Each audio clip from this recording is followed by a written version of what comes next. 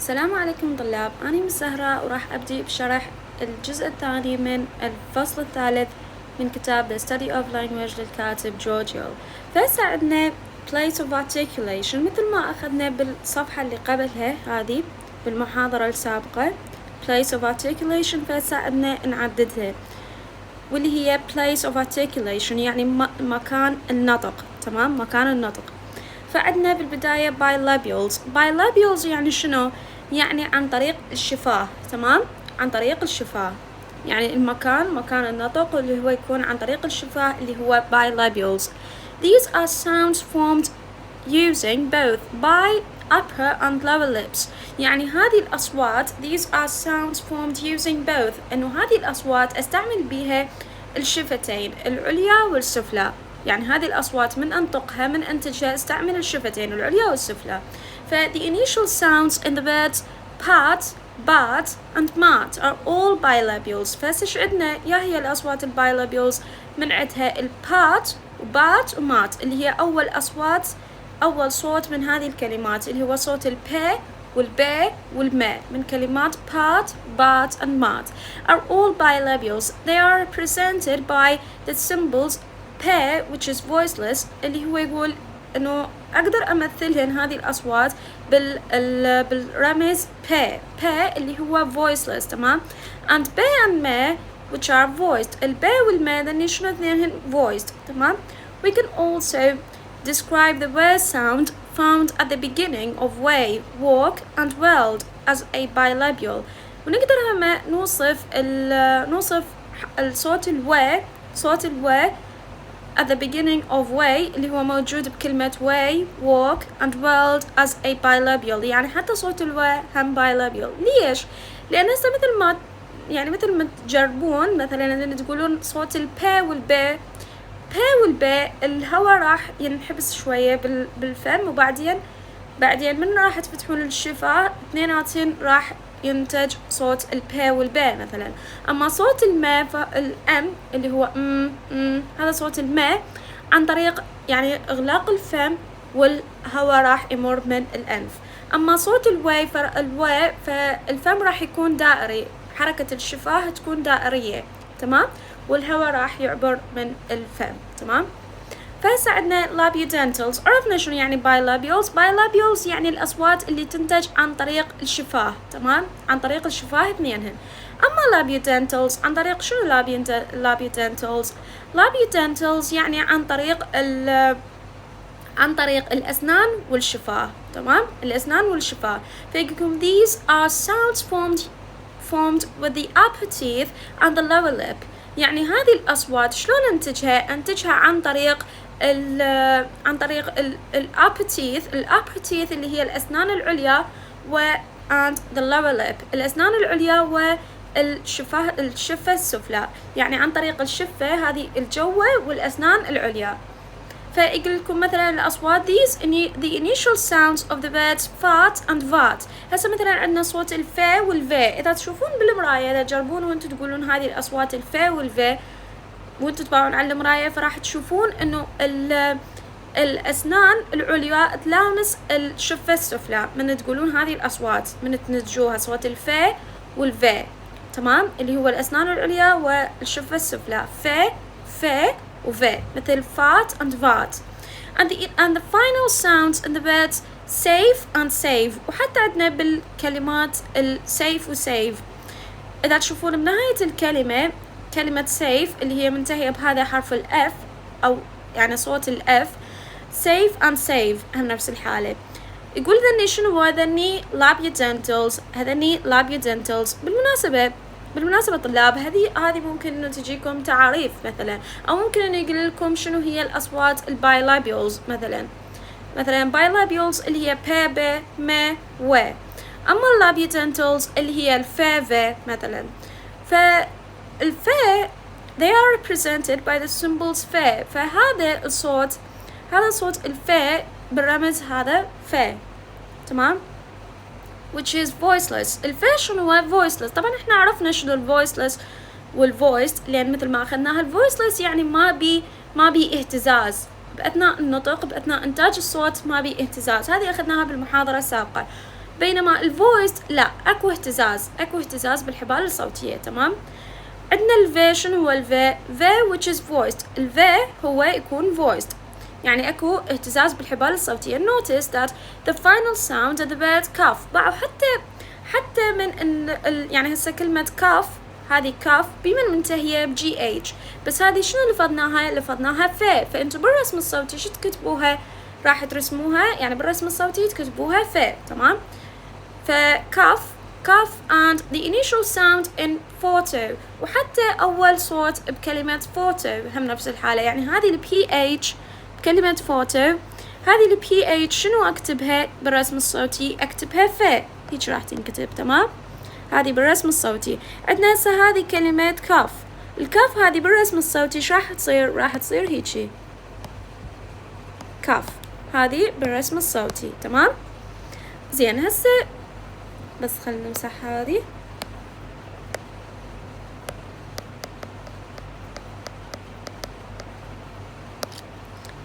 اي فهسه شنو عندنا مثلا كلمة كاف هي صح منتهية بالجي اتش، بس شنو اكتبها في، صوت الفي يعني بالرسم الصوتي تلفظ في. فشنو هسه راح نقولها كاف. and the initial sound in photo، وعندنا هم اول صوت بكلمة photo.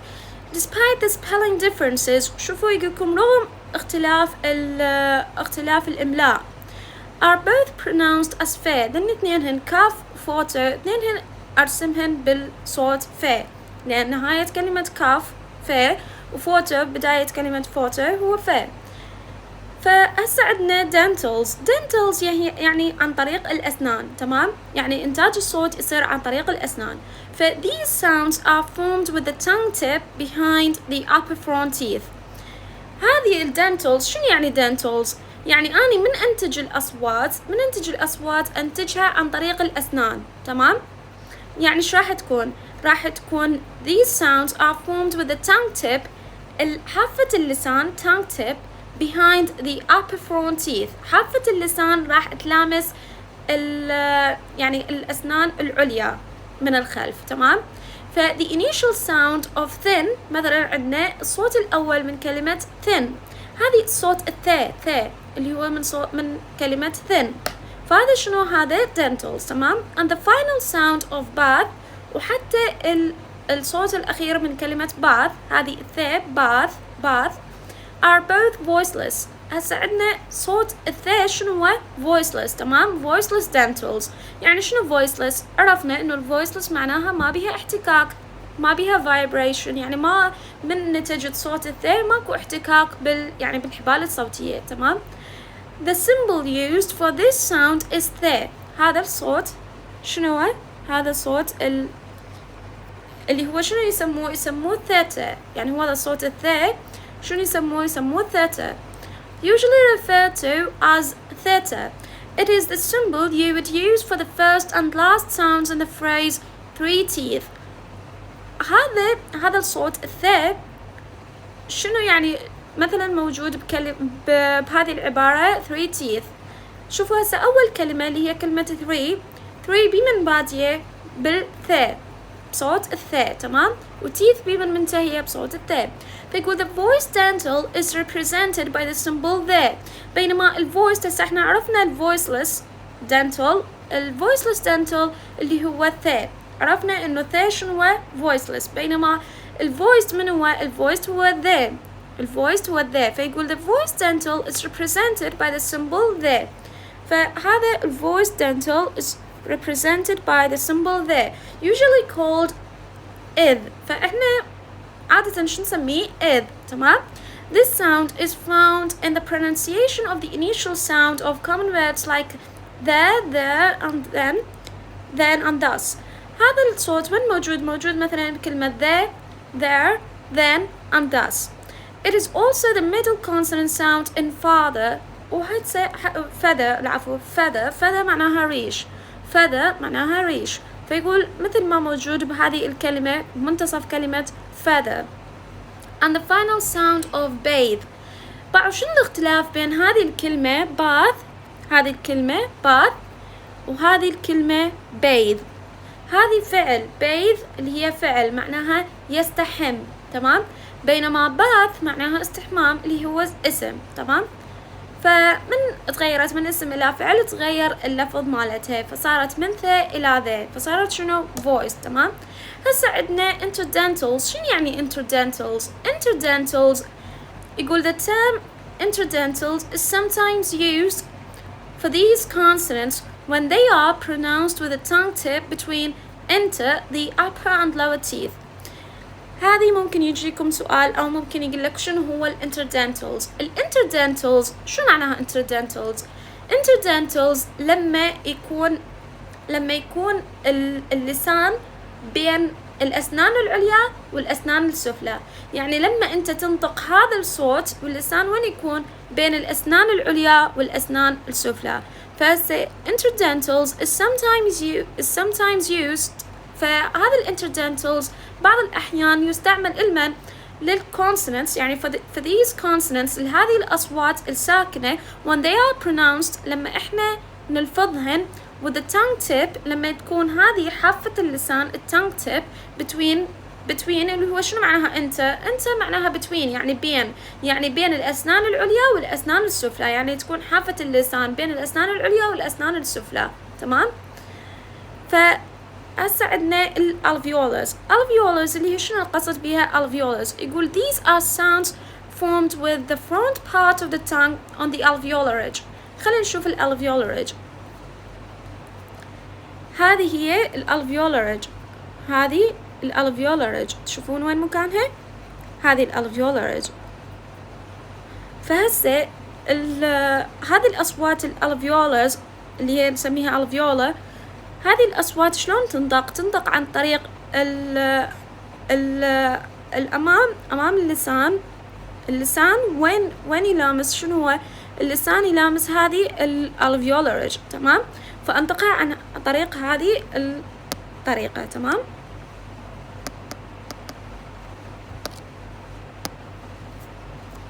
فهسه خلينا نشوفها alveolus. فيقول these are sounds formed with the front part of the tongue on the alveolar ridge. يعني لما يكون الفرونت بارت اللي هو الجزء الأمامي من اللسان يلامس الالفيولار ridge، هذه منطقة الالفيولار ridge which is the rough bunny ridge immediately behind and above the upper teeth. هنا جاي يوصف لكم وين هي موجودة الالفيولار ridge. شفنا الالفيولار ridge وين موجودة؟ الالفيولار ridge يقول لكم اللي هي الجزء العظمي، تكون عظمية وتكون موجودة خلف الأسنان العليا مباشرة. تمام؟ ف behind and above the upper teeth. The initial sound in top. مثلا عندنا شنو هي الأصوات اللي أقدر أنطقها عن طريق إنه اللسان يلامس الجزء الأمامي من اللسان يلامس الالفيولار ريدج. شنو هي هاي الأصوات؟ عندنا صوت الت والد والس والز والن. هذني كلهن شو نسميهن؟ alveolus. تمام؟ هذه الأصوات شنو نسميها alveolus اللي هي ت د س ز ت د س ز ن. هذه شنو؟ هذه كلهن alveolus. تمام؟ ف the symbols for these sounds are easy to remember. عندنا ت د س ز ن. of these يقول لكم ت س ت and س ذن اثنين شنو هو؟ ذني voiceless. الت والس ذني voiceless، يعني ماكو احتكاك بالحبال الصوتية لما أنطق الأصوات الت والس. تمام؟ whereas د and ز and ن، الد والز والن ذني كلهن شنو؟ ذني voiced. تمام؟ الد والز والن ذني voiced. يعني هسه عندنا ت س voiceless بينما الد ز ن ذني voiced. It may be clear that the final sounds of the words bass and buzz have to be س and ز respectively. يعني هسه هذه الكلمة بس هي من أريد أرسمها بالرسم الصوتي نهايتها هي س نفس ما هي، بينما باز هم ز. But what about the final sound of the word raise؟ باو أكو كلمات هي صح تكتب بس أنا ما ألفظها س، ألفظها ز. فأنا لين ألفظها ز فراح أكتب الرسم الصوتي ز. تمام؟ يعني الصوت اكتبه ز. ليش؟ عشان هو أصلا من اسمه رسم صوتي، يعني أنا جاي أرسم شلون ألفظ الكلمة. تمام؟ يعني ما تكتبوها على شكل على أساس الحروف، لا، تكتبوها شنو؟ تكتبوها على أساس الأصوات. تمام؟ يقول it may be clear that the final sounds of the words bus and buzz have to be say and they respectively. اكو بين كلمات هي واضحة، مثلا هسه باس أني بما أنه هذه السي لفظها سي فأنا أكتبها سي، والباز هم أكتبها زي. ليش أنا لفظتها زي؟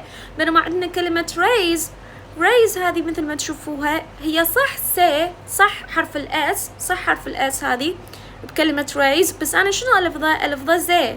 فشنو راح أكتبه زي، يعني راح أرسم الرسم الصوتي هو زي. تمام.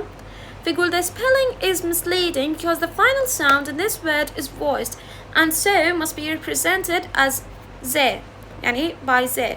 فيقول إنه هذه صح إنه هذا السبيلينج يكون misleading، يعني إنه هذا السبيلينج هو شلون إنه يخدعنا، هذا الإملاء ممكن يكون إنه خادع. ليش؟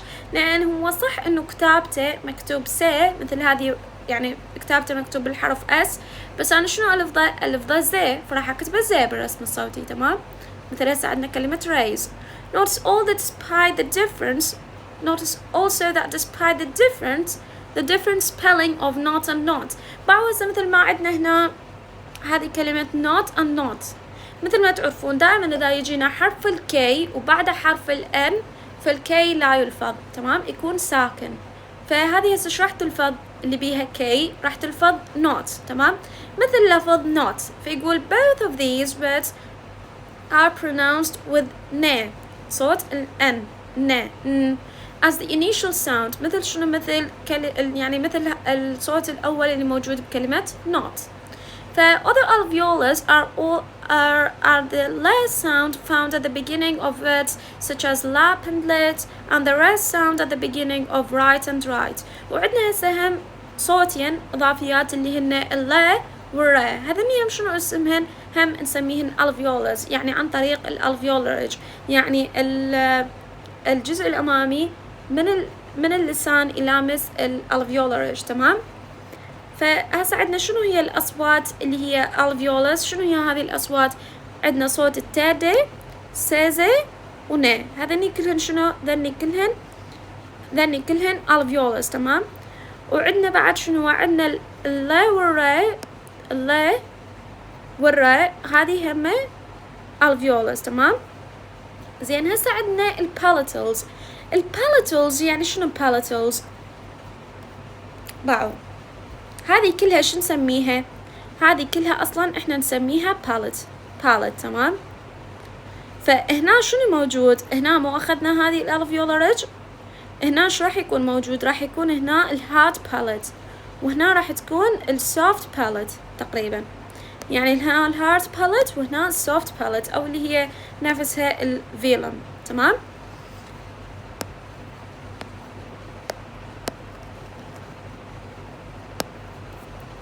فهسه عندنا palatals. If you feel back behind the alveolar edge اللي موجودة بعد الالفيولار edge، هذه خلف الالفيولار edge ايش موجود؟ هسه احنا مو اخذنا الالفيولار edge، اللي موجود خلفها شنو؟ وش تسميها؟ hard part، اللي هو ايش موجود؟ you should find a hard part. راح تقول هذا الجزء اللي يكون شلون يعني يسموه الهارد palate. تمام. and the roof of your mouth، وين موجودة هي هذه؟ بسقف الفم. This is called the hard palate. فإحنا هذه شو نسميها؟ الهارد palate or just the palate، أو إنه تقدر تسموها palate. Sounds produced with the tongue and the palate are called palatals. يعني شنو؟ يعني الأصوات اللي أنطقها عن طريق اللسان، يعني الأصوات اللي أنطقها لما اللسان يلامس الهارد palate، فهذه شنو؟ هذه شو أسميها palatals. تمام. يعني الأصوات إذا اللسان يلامس الهارد palate، فهذه شو أسميها؟ هذه الأصوات من تنطق أسميها palatals. تمام. أو أقدر أسميها alveopalatals. Examples of palatals are the initial sounds in the words shout and child. يعني يا صوت، يعني صوت الشي والتشي. تمام. which are both voiceless. صوت الشي والتشي شنو هو؟ ذني voiceless. الشي شلون ينكتب صوت الشي؟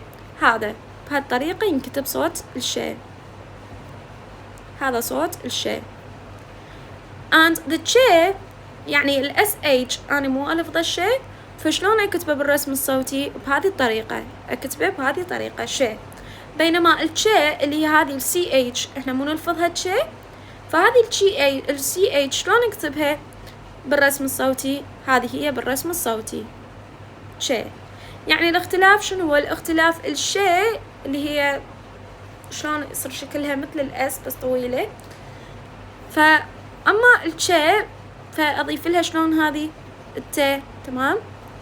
فهذه باختصار انه هذه تلفظ شي. تمام؟ هذا هو الرسم الصوتي، هذا هو الرمز مالتها. So the word shoe brush begins and ends with the voiceless palatal sound شي. يعني هذه الكلمتين shoe brush اللي هي شنو معناها؟ معناها فرشة حذاء. تمام؟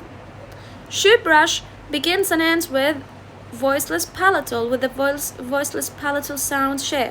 يعني هذه كلمة shoe بمن تبدي بشي. shoe تبدي بشي. brush بمن تنتهي بشي. begins and ends with voiceless palatal sound شي اللي هو شنو اسمه؟ شي.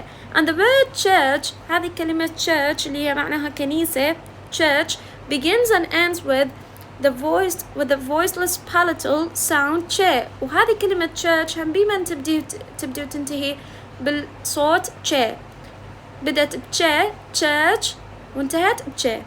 begins and ends with the other voiceless palatal sound شي. يعني هم بدأت وانتهت بالصوت شي. one of the voiced palatals represented by the symbol J. هسا عندنا شنو الصوت J. هذا شي يكون الجي يكون voiced. تمام؟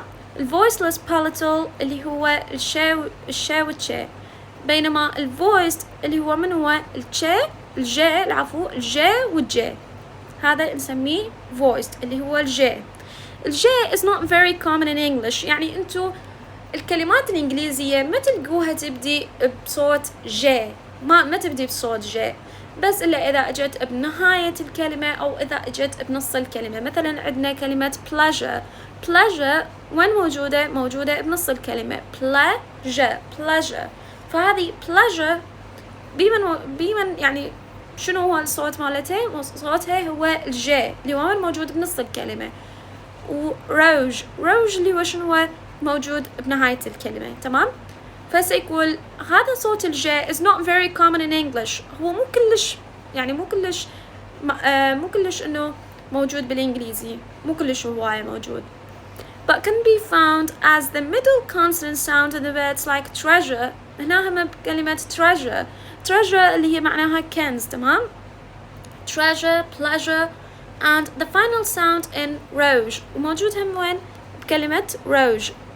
the other voiced palatal is J. اكو صوت ثاني اللي هو هم voiced، شو نسميه J. هذا شنو نسميه J.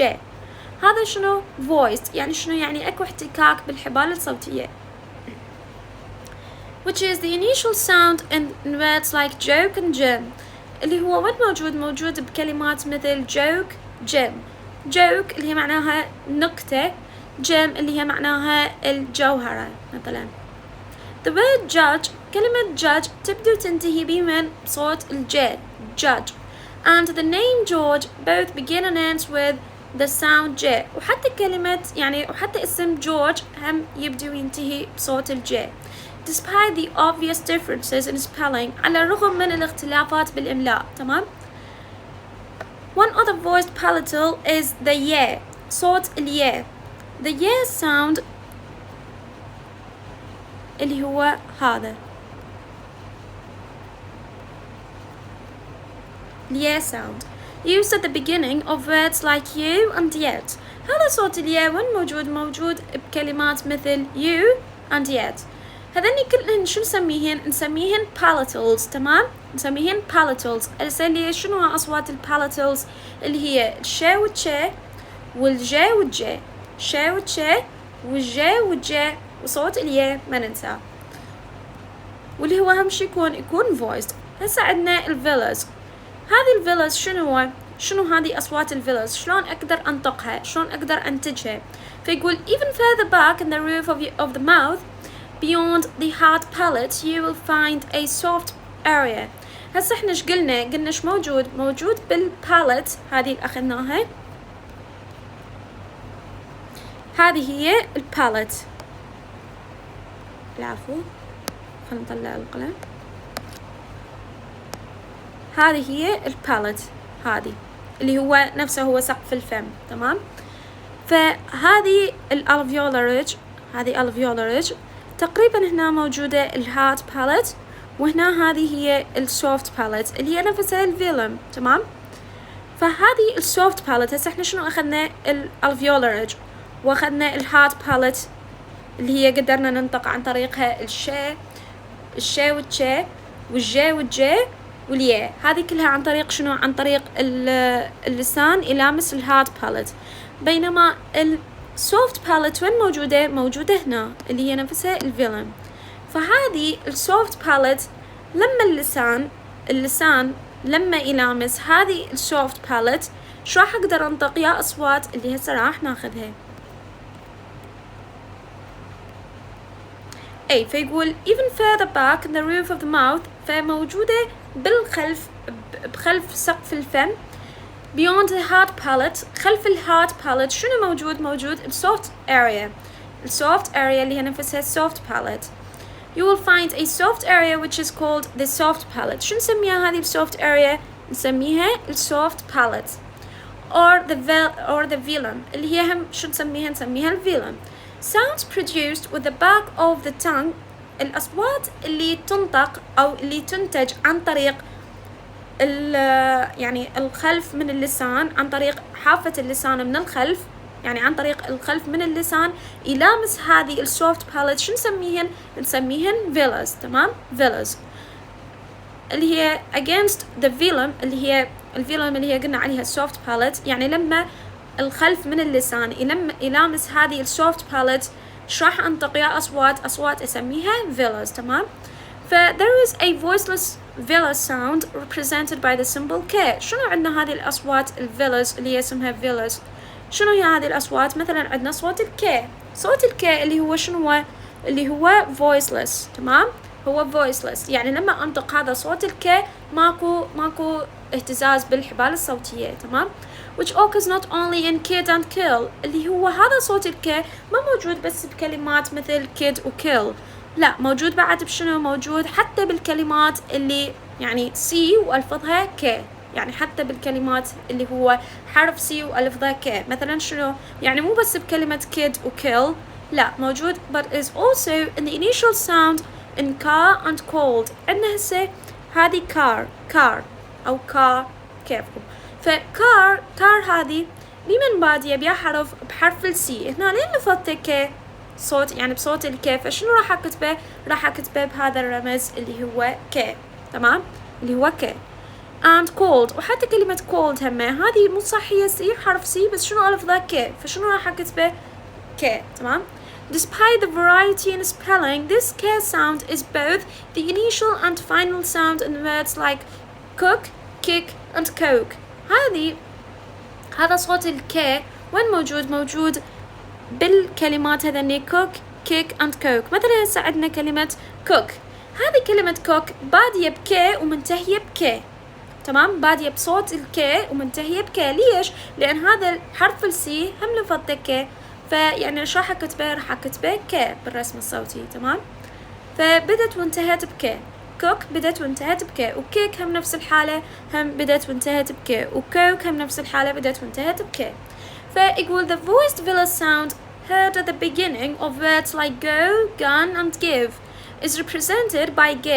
هسه احنا اخذنا صوت الكي اللي هو voiceless كي، وهسه شو راح ناخذ الvoiced اللي هو شنو؟ الجي. جي اللي هو voiced يعني شنو؟ يعني اكو اهتزاز بالحبال الصوتية، اكو vibration، تمام. فالجي this is also the final sound in words like bag, mug and despite the spelling plague. هذا صوت الجي وين موجود مثلا بكلمات bag يعني حقيبة، mug and despite the spelling plague، وحتى بكلمة plague هسه هي غيرها منتهية بحرف اليو اي، بس شنو أنا اللي فضتها؟ plague. ليش موجودة هذا الصوت جي؟ هذه حرف الجي موجود، وهنا هذه الكلمة شنو لفظتها plague، فشنو راح تنتهي بصوت الجي. تمام. ف the velum can be lowered to allow air to flow through the nasal cavity and thereby produce another voiced vela represented by the symbol ing. باو.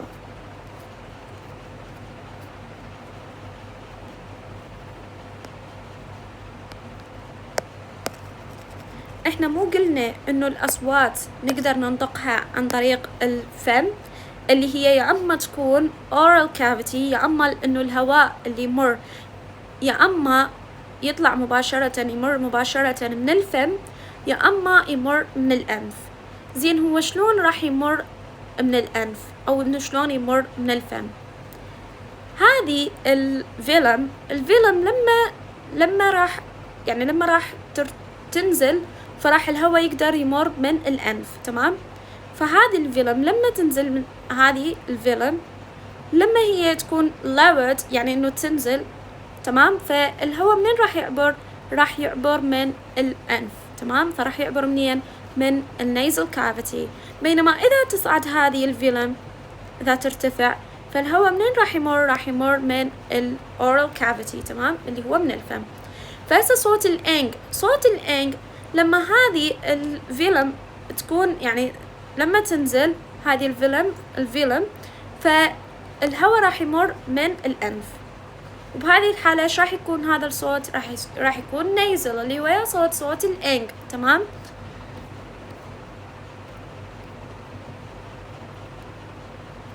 فهسه أخذنا the venom can be lowered to allow air to flow through the nasal cavity. يعني هذه الفيلم اللي هي بنهاية البالت اللي هي بنهاية تكون موجودة نهاية سقف الفم، هذه لما هي تنزل هذه الفيلم فالهواء منين راح يمر من النيزل كافيتي يعني من هذه التجويف الأنفي. تمام. and thereby produce another voiced vela. وهنا شو راح يكون صوت ثاني هو voiced اللي هو عن طريق الفيلا، يعني عن طريق انه اللسان يلامس السوفت باليت، وراح اقدر اني انتج صوت الانج. تمام. وهذا صوت الانج راح اقدر انتجه. تمام. typically referred to as angma اللي هو احنا شو نسمي هذا صوت الانج؟ نسميه angma. in written English this sound is normally spelled as the two letters N و G. من تشوفون انه هذا الصوت مثلا عندنا كلمة sing بمن منتهية ب N G، هذه sing. فهذه من اللي ترسمها بالرسم الصوتي شو راح تصير هذه ال NG راح اكتبها ing. تمام. راح اكتبها بهذا الرمز ing، هيك راح اكتبها ing. ف this sound is normally spelled as the two letters N G. هذه بالإنجليزي لما نكتب مثلا كلمة sing فبعدين بالرسم الصوتي هذه ال N G راح أكتب يعني راح أرسم بدالها هو صوت ال ing. So the ing sound at the end of sing، هذا ال ing sound اللي هو موجود بنهاية كلمة sing sung and despite the spelling tongue، وحتى بكلمة tongue اللي هو معناها لسان، اللي هو يقول على الرغم من الإملاء اللي هو بكلمة tongue هم موجودة هذه صوت الإنج. It occurs twice in the form ringing، هي موجودة مرتين بهذه الكلمة ringing. تمام. Be careful not to be misled by the spelling of a word like bang. هذه كلمة bang it ends with ing sound only. أكو مرات بالرسم الصوتي ال NG من تريدون تكتبوها بإنج وياها صوت الجي. تمام. يعني راح من ترسموها بالرسم الصوتي راح ترسمون صوت الإنج وياها جي. بينما هسه يقول لكم هذه كلمة بانج موجود بس صوت الإنج، يعني ماكو داعي إنه تكتبون صوت الجي، يعني هذه خطأ إذا كتبت صوت الجي. There is no G sound in this word. تمام. هسه عندنا glottals. شنو يعني glottals؟ There is one sound that is produced without the active use of the tongue and other parts of the mouth. احنا مو قلنا انه هذه الاصوات هسه اللي اخذناها الاصوات الساكنه، لحد هسه احنا اخذنا الاصوات الساكنه، فهذه الاصوات الساكنه كلهن اللي اخذناهن هذين كلهن شلون اقدر انتجهن عن طريق استعمال اللسان وبقيه اجزاء الفم، مثلا الالفيولار ريدج اللي هي موجودة خلف الأسنان العليا، أو الهارد باليت اللي هي موجودة أصلا خلف الالفيولار ريدج والسوفت باليت وغيرها. بينما بهذه الصوت الجلوتلز، هذا صوت الجلوتلز ما استعمل لا أجزاء الفم ولا حتى استعمل اللسان. تمام؟ فيقول there's one sound that is produced without the active use of the tongue and other parts of the mouth. يعني اكو صوت واحد اللي اقدر انتجه بدون ما استعمل اللسان والاجزاء الفم، اللي هو يا صوت اللي هو صوت الهي. تمام؟ هذا الصوت it is the sound هي اللي هو وين موجود هذا صوت الهي which occurs at the beginning of have and house، اللي هو موجود وين؟ موجود عندنا مثلا بكلمات have و house. فهذا صوت الهي وين موجود؟ موجود بكلمات مثل have و house. And for most speakers as the first sound in who and whose، وهو موجود هم بكلمات who و whose. This sound is usually described as voiceless glottal. هذا الصوت اللي هو شو يكون voiceless glottal. يعني شنو؟ يعني انه يعني من تفتحون الفم راح يكون يعني هذا الصوت هو راح يمر، هذا صوت الهي راح يمر، مجرد الهواء راح يمر من الفم وراح يكون voiceless، يعني ما بي احتكاك، ماكو vibration، ماكو اهتزاز بالحبال الصوتية، وراح يمر مباشرة يعني من الفم. تمام؟ وما راح استعمل لا لسان ولا حتى بقية اجزاء الفم. هسه عندنا الجلوتس. The glottis is the space between the vocal folds and the larynx. الجلوتس اللي هو نفسه المزمار. the glottis is the space between the vocal folds and the larynx. ممكن يجيكم هيجي تعريف. الجلوتس اللي هو المسافة اللي تكون بين الحبال الصوتية بالحنجرة. تمام؟ الجلوتس اللي هو المسافة بين الحبال الصوتية بالحنجرة. When the glottis is open، فلما يكون هذا الجلوتس open يعني مفتوح is open as in the production of other voiceless sounds and there is no manipulation of the air passing out of the mouth, the sound produced is that represented by hair. فلما يكون الجلوتس يكون مفتوح يعني هذه انه ماكو اعاقة، ماكو كل اعاقة، فالهواء راح يمر بكل حرية من الفم. تمام؟ واللي هو صوت الهي. هسه charting consonant sounds. هذه charting consonant sounds having described in some detail the place of articulation of English consonant sounds. هسه بما انه احنا شرحنا ال place of articulation اللي هو معناها مكان النطق، يعني هذه الأصوات وين النطقت بيا مكان، يعني شنو مثلا عن طريق الأسنان، عن طريق اللسان، عن طريق سقف الفم وغيره. Of English consonant sounds we can summarize the basic information and the accompanying chart. فإحنا نقدر هسه نلخص هذه اللي أخذناها كلها البايلابيولز واللابيودنتلز والدنتلز وغيرها، هذني كلهن شنو وين نقدر نلخصهن بهذا الجدول. طبعا هذا الجدول كلش مهم. هذا الجدول يلخص لكم الأصوات يعني ال place of articulation المكان النطق، ويلخص لكم إذا كانت voiceless أو voiced، ويلخص لكم هم حتى ال manner of articulation. تمام؟ along the top of the chart are the different labels of the place of articulation and under each the labels سالب V. هذه اللي تشوفوها السالب V هذه شنو معناها voiceless، بينما هذه الموجب V هذه يم ال V اكو زائد هذه شنو معناها voiced. Also included in this chart on the left side وهذه الموجودة اللي هنا على اليسرى هذه شنو؟ هذه manner of articulation بعدنا احنا ما ماخذيها حاليا. احنا شنو أخذنا ال place of articulation اللي هي هذه place of articulation هذه، واللي هي إذا كانت voiceless و voiced. ال place of articulation عندكم هي هذه الأصوات هذه كلها هي place of articulation موجودة هنا.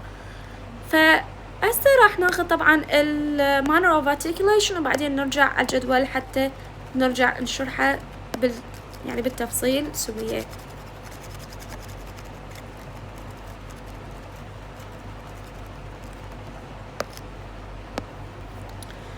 هسه هسه يقول limitations of the chart. limitations of the chart طبعا هذه مو كلش مهمة، اللي هو يقصد بيها يعني انه شلون انه هذا الجدول يكون محدد، انه ما بي كل شيء، ما بي كل شيء عن هذه الاصوات، انه هذه الاصوات انه اخذت بس الكونسونانت وبس، يعني مو حتى الانترناشنال فونيتيك اسوسيشن. هذه الانترناشنال فونيتيك اسوسيشن شنو يقصد بيها؟ يقصد بيها تكون هذه يعني الأصوات اللي تكون بكل اللغات. طبعا احنا ما لنا علاقة ببقية اللغات، احنا لنا علاقة باللغة الإنجليزية بالضبط. تمام. فيقول this chart is far from complete. هذا الجدول مو كامل. It contains the majority of consonant sounds used in the basic description of English pronunciation. هذا الجدول يحتوي على لفظ، يعني على وصف اللفظ الإنجليزي. تمام. There are, however, several differences between this basic set of symbols and the much more comprehensive chart produced by the International Phonetic Association. أكو في جدول ثاني هم إلى علاقة بالInternational Phonetic Association. فيقول لكم إنه هذا الجدول ما بي هذا، يعني ما يحتوي على كل هذه International Phonetic Association. تمام. فيقول إنه حتى مثلا ينطيكم بعدين إنه مثلا صوت الراء مثلا يبين لكم انه هي شلون تختلف لما تكون بوسط الكلمة، تختلف لما تكون بنهاية الكلمة وغيرها، بينما هنا بهذا الجدول لا، ما موضح لكم انه هي شلون تختلف وغيرها. تمام. فيقول انه the most obvious difference is in the range of sound covered. يقول حتى انه الاختلاف يكون واضح حتى بالاختلاف الأصوات نفسها اللي موجودة هنا. We would go to an IPA اللي هو International Phonetic Association chart for a description of the sounds of all languages. يقولكم ان احنا نقدر نروح لهذا الجدول مال International Phonetic Association اللي هو يحتوي على كل هذه اللغات. طبعا هذا مو كلش مهم، هنا راح يبقى يشرح لكم عن انه شلون صوت الراء يختلف لما يكون بداية الكلمة، نهاية الكلمة، وسط الكلمة وغيرها. فساعدنا manner of articulation. وهسه لهنا نكون كملنا الجزء الثاني من الفصل الثالث. أما البقية فراح تبقى على المحاضرة القادمة اللي راح أنزلها يوم الأحد إن شاء الله. وطلاب إذا عندكم أي سؤال أو استفسار فتقدرون تكتبوا بالتعليقات وأنا راح أجاوب عليكم. وشكرا.